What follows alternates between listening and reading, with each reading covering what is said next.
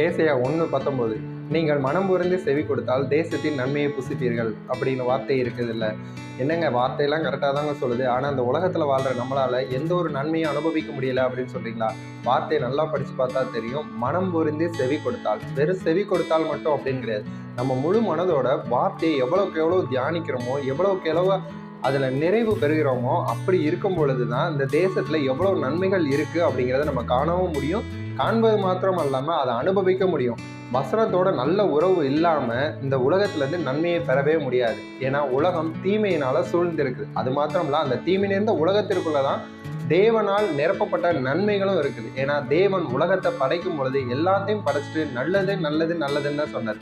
நம்ம என்னைக்கு வார்த்தையினால நிறைஞ்சிருக்கிறோமோ அன்னைக்கு தான் இந்த உலகத்தில் இருக்கிற நன்மைகளை நம்ம சுதந்திரத்து கொள்ள முடியும்.